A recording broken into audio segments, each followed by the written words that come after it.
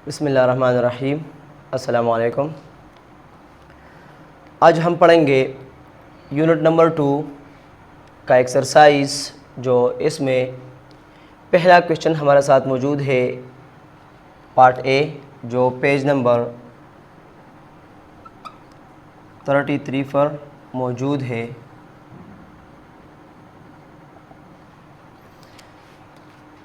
True false इसमें कुछ statement दिए गए हैं। मैं एक एक स्टेटमेंट आप लोगों के साथ डिस्कस भी करूंगा और इसके सामने जो गलत है उसके सामने मैं गलत का निशान लगाऊंगा और जो ठीक है इसके सामने मैं सही का निशान लगाऊंगा। तो मैं शुरू कर लेता हूँ। पहला statement, all viruses are harmful. इसका मतलब ये है कि सारे वायरस जो है वो ख़तरनाक है, इसका कोई फ़ायदा हमें मौजूद नहीं है, ना वायरस का कोई भी फ़ायदा हमें नहीं हो सकता। अगर हम वायरस के कैरेक्टरिस्टिक को देखें तो इसमें ज़्यादातर वायरस जो है वो ख़तरनाक होते हैं, इसका एडवांटेजेस नहीं होता। तो इस बिना पर यह स्टेटमेंट ठीक है। दूसरा स्टेटमेंट हमारे पास मौजूद है, a fungus yeast convert milk into curd. इस स्टेटमेंट के मुताबिक ये बताया गया है कि फंगस और यीस्ट जो है वो मिल्क को कर्ड में तब्दील करते हैं। अगर हम इस बात को देखें और यूनिट में हमने जो पढ़ा तो बैक्टीरिया हमारे साथ मौजूद है जो मिल्क को कर्ड में तब्दील कर सकते हैं। तो इसके मुताबिक ये स्टेटमेंट गलत है। तीसरा स्टेटमेंट हमारे पास मौजूद है, infection of micro organism could be avoided by observing cleanliness. इस स्टेटमेंट का मतलब ये है कि अगर हम माइक्रो ऑर्गेनिज्म के इन्फेक्शन से अपने आप को बचाना चाहते हैं, हमें चाहिए कि हम इससे बच जाए, तो इसके लिए सफाई बहुत ज़्यादा ज़रूरी है। तो ये बात ठीक है। इन्फेक्शन से बचने के लिए हर किसी को चाहिए कि वो अपने आप को और अपने इर्द गिर्द माहौल को साफ रखे। फोर्थ नंबर पर स्टेटमेंट हमारे साथ मौजूद है, the most important benefit of bacteria and fungi is to decompose the dead bodies of animal and plants. इस स्टेटमेंट का मतलब ये है कि फंगी और बैक्टीरिया का हमारे साथ सबसे ज़्यादा बेनिफिट जो है वो ये है कि वो डेड बॉडीज़ को डिकम्पोज करते हैं, इसका तोड़ फोड़ करते हैं और वो ज़मीन में दोबारा मिलाते हैं। तो ये बात ठीक है। 5 स्टेटमेंट हमारे पास मौजूद है, bacteria and fungi are simple plants. इस स्टेटमेंट के मुताबिक ये कहा गया है कि बैक्टीरिया और फंगी हमारे साथ जो है वो प्लांट्स है, लेकिन अगर हम प्लांट्स के कैरेक्टरिस्टिक को देखें तो प्लांट्स में क्लोरोफिल मौजूद होता है, वो फोटोसिंथेसिस के ज़रिए अपना खुराक जो है वो तैयार कर लेती है। तो इसके बिना इस बिना पर अगर हम देखें तो बैक्टीरिया और फंगी में ऐसा कैरेक्टरिस्टिक मौजूद नहीं है ताकि वो अपने लिए ख़ुद खुराक तैयार कर ले। तो इस बिना पर ये स्टेटमेंट जो है ये भी गलत है।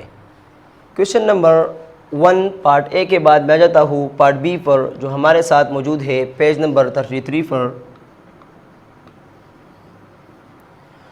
जो इसका स्टेटमेंट है, match column A to column B. Column A में हमारे साथ कुछ वर्ड्स मौजूद है और कॉलम बी पर भी हमारे साथ कुछ वर्ड्स मौजूद है। हम इस दोनों के दरमियान कुछ रिलेशनशिप देखेंगे और इस बिना पर हम ये आप एक दूसरे के साथ मिलाएंगे। तो सबसे पहला वर्ड्स हमारे पास मौजूद है, ट्यूबरकुलोसिस। उसे हम TBB कहते हैं। ये एक बीमारी का नाम है।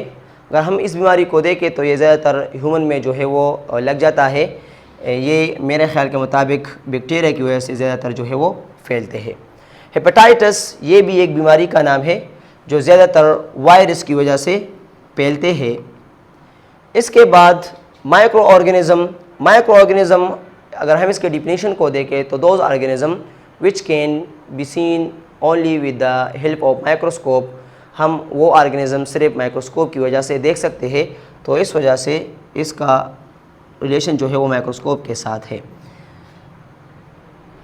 चौथा वर्ड हमारे पास मौजूद है, रिंगवॉर्म। अगर हम रिंगवॉर्म को देखें तो ये भी एक बीमारी का नाम है जो फंगस की वजह से जो है वो फैलती है, फंगी की वजह से।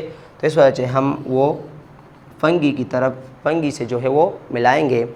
इम्यूनिटी, अगर हम इम्यूनिटी को देखें तो हर इंसान के वजूद में एक कुदरती तौर पर एक सिस्टम मौजूद होता है जो माइक्रो ऑर्गेनिज़म के मुखालिफ वो जो है मुख्तलिफ़ किस्म के anti viral, anti bacteria and anti fungal hormone जो है वो पैदा करती है और बॉडी को रेजिस्ट मिलता है उन किस्म माइक्रो ऑर्गेनिज़म के अटैक से। तो इस वजह से हम यहाँ पर उसके साथ मिलाएंगे पावर टू कंट्रोल। वो पावर वजूद में होता है माइक्रो ऑर्गेनिज़म के इन्फेक्शन को कंट्रोल करने के लिए या इनसे बचने के लिए। क्वेश्चन नंबर 1 पार्ट बी के बाद मैं जाता हूँ पार्ट सी पर, जो पेज नंबर 34 पर मौजूद है। स्टेटमेंट के मुताबिक इस क्वेश्चन में ये बताया गया है, encircle the correct answer. Statement दिया गया है और इसके साथ 4 पॉइंट जो है वो दिए गए हैं। इसमें जो भी पॉइंट ठीक है उस पर जो है सर्कल लगा दे, लेकिन हम उसे MCQs भी कहते हैं। मैं आप लोगों के साथ एक एक स्टेटमेंट डिस्कस करूंगा और इसके अलावा मैं 4 पॉइंट आप लोगों को बताऊंगा और जिसमें जो पॉइंट ठीक है वो मैं बोर्ड पर लिखूंगा। सबसे पहला पॉइंट हमारे पास मौजूद है, micro organisms can only be seen with N equipment called. हम माइक्रो ऑर्गेनिज़म को सिर्फ एक चीज़ के ज़रिए से देख सकते हैं। हमारे पास 4 पॉइंट मौजूद है, माइक्रोस्कोप, स्पेक्ट्रोस्कोप, टेलीस्कोप और स्टेथोस्कोप। अगर हम उस पॉइंट्स को देखें तो हमारे पास ए नंबर ऑप्शन जो है माइक्रोस्कोप। तो माइक्रोस्कोप के ज़रिए हम माइक्रो ऑर्गेनिज्म को देख सकते हैं।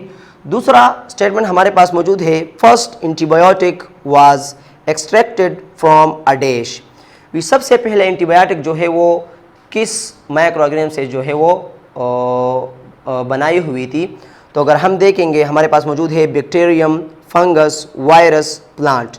तो एंटीबायोटिक अगर हम देखें तो एंटीबायोटिक हम बैक्टीरिया से जो है वो बनाते हैं, क्योंकि वो ऐसे हार्मोन है जो हम दोबारा बैक्टीरिया के असर को ख़त्म करने के लिए भी इस्तेमाल कर सकते हैं।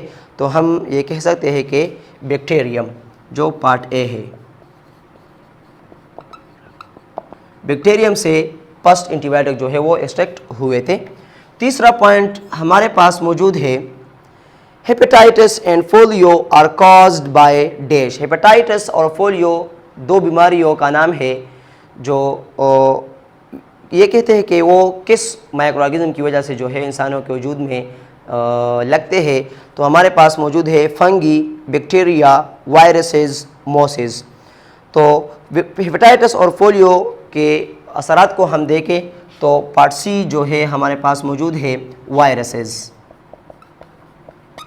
तो ये बीमारी वायरस की वजह से जो है वो इंसानों में फैलते हैं।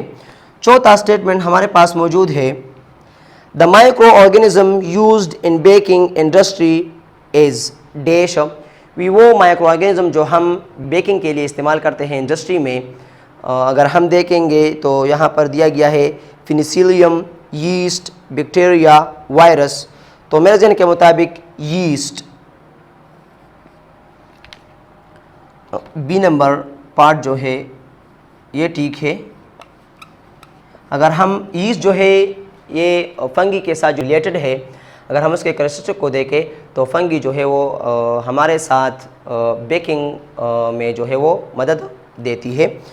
पांचवा स्टेटमेंट हमारे पास मौजूद है, all of these are benefit of bacteria except. वी सब फ़ायदे हैं बैक्टीरिया के सिर्फ एक के अलावा। अगर हम देखेंगे decomposition, making pickle, nitrogen fixation, production of oxygen. अगर हम देखेंगे तो बैक्टीरिया डिकम्पोजिशन भी करते हैं, मेकिंग पिकल अचार बनाने में भी मदद देते हैं, और इसके अलावा नाइट्रोजन फिक्सेशन में भी मदद देते हैं। अगर हम देखेंगे डी नंबर पार्ट को, प्रोडक्शन ऑफ ऑक्सीजन जो है वो नहीं करते, क्योंकि वो सिर्फ प्लांट जो है वो कर सकते हैं। तो ये था MCQs जो मैंने आप लोगों के साथ डिस्कस की। क्वेश्चन नंबर 1 में पार्ट सी के बाद मैं जाता हूँ पार्ट डी पर, जो पेज नंबर 35 पर मौजूद है। इसका स्टेटमेंट है, फिल इन द ब्लैंक्स। ये तो सब लोग जानते हैं, उर्दू में हम कहते हैं खाली जगह पर करेंगे। इसमें पहला ब्लैंक्स हमारे पास मौजूद है, virus lives inside a dash cell. Virus जो है वो किस जगह पर रहते हैं। अगर हम देखेंगे वायरस को तो ये ज़्यादातर लिविंग सेल के अंदर जो है वो रहते हैं। दूसरा फिलिंग द ब्लैंक्स हमारे पास मौजूद है, the natural ability of the body to resist disease is called dash. जिस तरह मैंने कहा कि हर इंसान के वजूद में एक कुदरती तौर पर एक सिस्टम मौजूद है जो वो मुखालिफ काम करती है माइक्रो ऑर्गेनिज्म के इन्फेक्शन की, तो उसको हम इम्यूनिटी कहते हैं या इम्यून सिस्टम भी कहते हैं। तीसरा स्टेटमेंट हमारे पास मौजूद है, fungi may cause disease in animals and dash. Fungi बीमारी फैलाते हैं एनिमल्स में और साथ अगर हम देखेंगे तो प्लांट्स में भी ये बीमारी फैलाते हैं, तो इस फिलिंग द ब्लैंक्स में प्लांट्स आ जाता है। चौथा स्टेटमेंट हमारे पास मौजूद है, infection caused by micro organisms can be avoided by keeping ourselves dash. अगर हम माइक्रो ऑर्गेनिज्म के इन्फेक्शन से अपने आप को बचाना चाहते हैं तो हमारे लिए क्या ज़रूरी है, तो क्लीनलीनेस। क्लीनलीनेस सफाई बहुत ज़्यादा ज़रूरी है अपने आप की, अपने वजूद की भी, इसके अलावा अपने इर्द गिर्द माहौल की भी। इस वजह से हम माइक्रो ऑर्गेनिज्म से बच सकते हैं। 5 स्टेटमेंट हमारे पास मौजूद है, dough is raised due to the action of yeast. गुंदा हुआ आटा जो है वो ऊपर आ जाता है, हम कहते हैं उसे हमीर में तब्दील हो जाता है एक्शन ऑफ फंगी की वजह से। फिल इन द ब्लैंक्स के बाद मैं जाता हूँ क्वेश्चन नंबर 2 पर, जो पेज नंबर 35 पर मौजूद है। इसका स्टेटमेंट है शॉर्ट क्वेश्चंस। पेज नंबर 35 पर कुछ शॉर्ट क्वेश्चन दिए गए हैं, वो मैं आप लोगों के साथ डिस्कस भी करूँगा। इसका आंसर भी मैं आप लोगों के सामने जो है वो लिखूँगा। तो पहला शॉर्ट क्वेश्चन हमारे पास मौजूद है, when and home were the virus discovered. इस शॉर्ट क्वेश्चन में ये सवाल किया गया है कि कब और किसने वायरस को डिस्कवर किया। तो अगर हम बुक में देखेंगे, वायरस वाज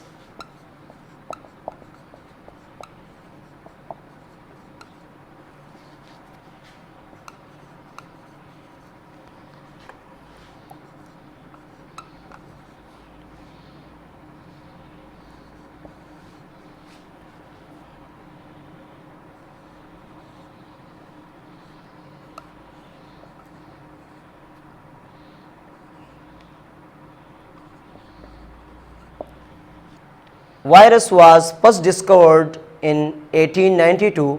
वायरस सबसे पहले डिस्कवर हुए थे 1892 में बाय इवानोस्की। इवानोस्की एक साइंटिस्ट का नाम है, जो इस साइंटिस्ट ने वायरस को डिस्कवर किया था 1892 में। दूसरा शॉर्ट क्वेश्चन हमारे पास मौजूद है, which medicines are used to cure bacterial diseases. अगर हम बैक्टीरियल इन्फेक्शन को ख़त्म करना चाहते हैं तो इसके लिए हम कौन सा मेडिसिन जो है वो इस्तेमाल करते हैं।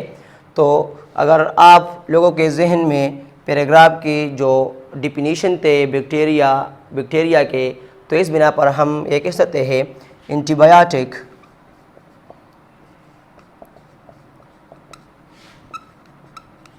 Are used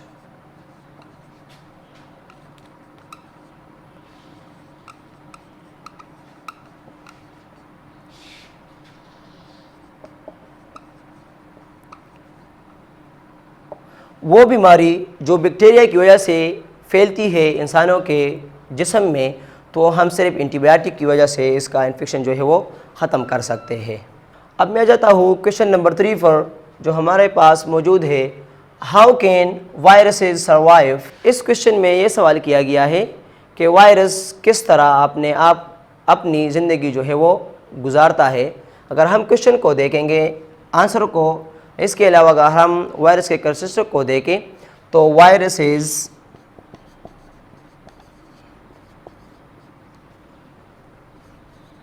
can only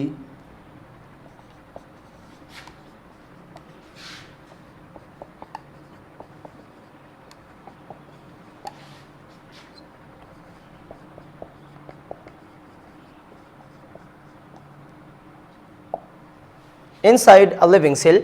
viruses सिर्फ और सिर्फ अपनी ज़िंदगी गुजारते हैं वो सिर्फ लिविंग सेल के अंदर। इसके अलावा अगर हम वायरस के कैरेक्टरिस्टिक को देखें तो लिविंग सेल से अगर वायरस जो है वो बाहर निकल जाता है तो वो अपने आप को क्रिस्टल फॉर्म में तब्दील कर लेता है, जो उसे हम नॉन लिविंग जो है वो कंसिडर कर लेते हैं। तो इस वजह से हम ये कह सकते हैं कि viruses can only survive inside a living cell. अब मैं जाता हूँ क्वेश्चन नंबर 4 पर, जो इसमें कहा गया है name 2 viral bacterial and fungal disease. उन 2 बीमारियों का नाम लिख के जो ज़्यादातर वायरस की वजह से फैलते हैं, बैक्टीरिया की वजह से और फंगी की वजह से वो बीमारियां इंसानों के वजूद में फैलते हैं। तो अगर हम देखेंगे वायरल डिजीज़ तो बहुत कॉमन और मशहूर डिजीज़ हमारे पास मौजूद है। एक है पोलियो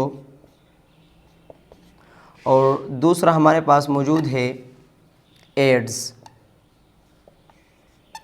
ये बहुत कॉमन और मशहूर वायरल डिजीज़ है जो वायरस की वजह से इंसानों के वजूद में फैलते हैं। अगर हम बैक्टीरिया की तरफ आ जाए तो बैक्टीरिया में हमारे पास जो है वो एक बीमारी हमारे पास मौजूद है, उसे हम टीबी कहते हैं। जैसे इसका फॉर्म जो है ट्यूबरकुलोसिस, जो बैक्टीरिया की वजह से इंसानों के वजूद में फैलते हैं। दूसरा डिजीज़ हमारे पास मौजूद है, उसे हम कहते हैं कॉलरा। ये 2 कॉमन डिजीज़ है जो बैक्टीरिया की वजह से इंसानों के वजूद में फैलते हैं। अब मैं कहता हूँ वो बीमारियाँ जो फंगी की वजह से इंसानों के वजूद में फैलते हैं। इसमें सबसे कॉमन डिजीज़ हमारे पास मौजूद है रिंगवॉर्म और दूसरा हमारे पास मौजूद है पुट एथलेट्स।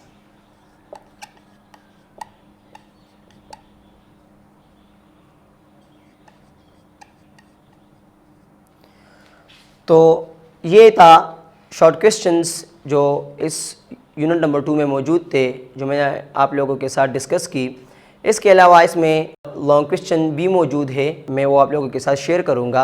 अगर इसके अलावा आप लोगों के जहन में कोई भी क्वेश्चन मौजूद हो तो आप मुझे कमेंट्स में भी बता सकते हैं। इसके अलावा आप व्हाट्सएप ग्रुप में भी मैसेज कर सकते हैं। अल्लाह हाफ़िज़।